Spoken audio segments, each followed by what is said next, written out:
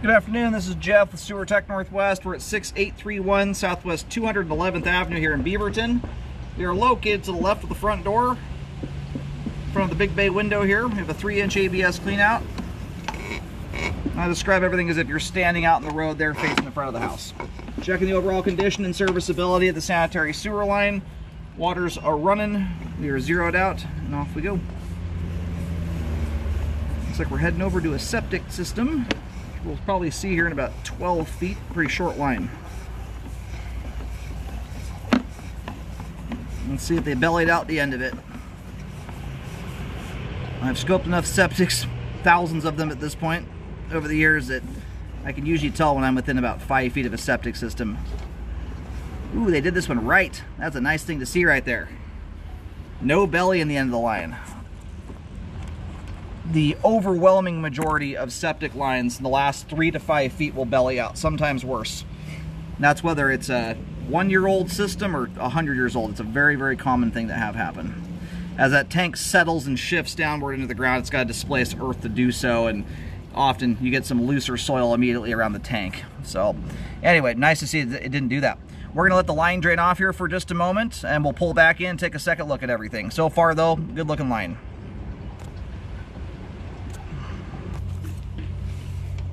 Alright, we're going to start pulling back in here.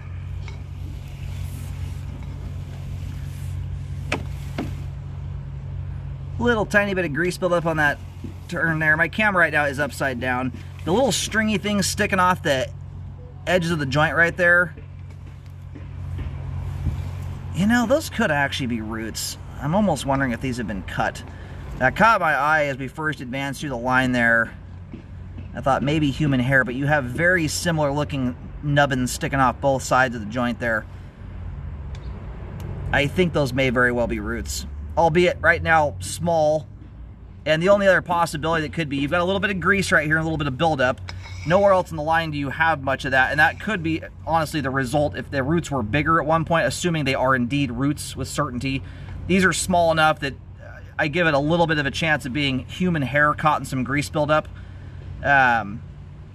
After 25,000 sewer scopes and seeing thousands and thousands of roots, this is pretty indicative of how roots punch through a sewer pipe. My camera's upside down right now, so the top of the screen right now is the bottom of the sewer line. Very commonly do they come through like that and splay out in that fashion. So I'm going to locate and mark this. I'm going to recommend a fix on it. You could always try and, you know, I use a flex shaft machine. Sometimes you can run a machine through the line gently and just kind of just barely remove the debris, but not beat it up so hard you cut roots out to try and verify it. But it's entirely possible underneath that layer. Nope, those are definitely roots there. I just caught a glimpse of them. So top right hand corner of the screen, you've got that grease layer. You can see about 4 little black lines running right through it. Those are root hairs. So definitely root intrusion in the line there. The good thing is I believe this is going to be quite shallow and fairly easy to get to. So I do recommend a spot repair there to correct that. I'll mark that with a white X right here close, and I think that's the only spot here where we have those. You may want to take the repair up to this joint. I believe these roots, you can see them a little nicer now. You can see those black root hairs there at the top of the screen.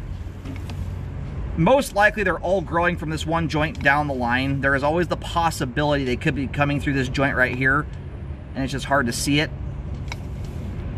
So to be on the safe side, I'll extend those markings about a foot away. It's the same repair hole anyway. It hardly changes things.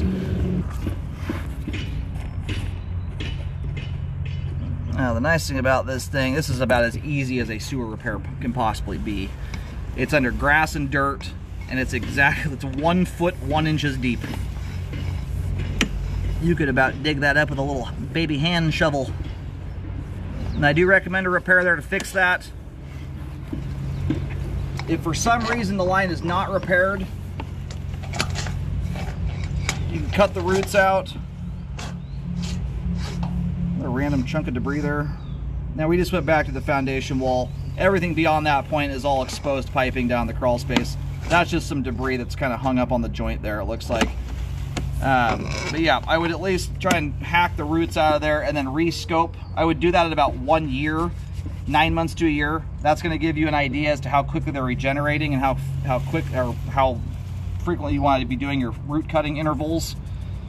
But as shallow and easy as that is to get to, I mean, that's a very easy, quick job right there. Those white markings there, that's where that spot's at. Post repair, you want to make sure you do a rescope to check the work. It's very important to do that. That's when offset joints and bellies happen, when someone doesn't compact the ground well enough. It's especially common during spot repairs. It's easy to loosen the soil up when you're digging in and around there, and if someone doesn't recompact everything, you end up with an offset joint or a belly, and then very soon after that you'll have a root intrusion and a belly or an offset. So you want to rescope after the ground's been closed up to make sure there's some weight on top, and make sure everything looks good at that point.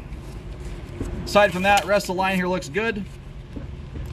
As we currently sit, as the roots are not hugely impeding the flow line or anything, right now we have good flow to the septic tank, but you want to make sure that gets dealt with there so the line remains that way.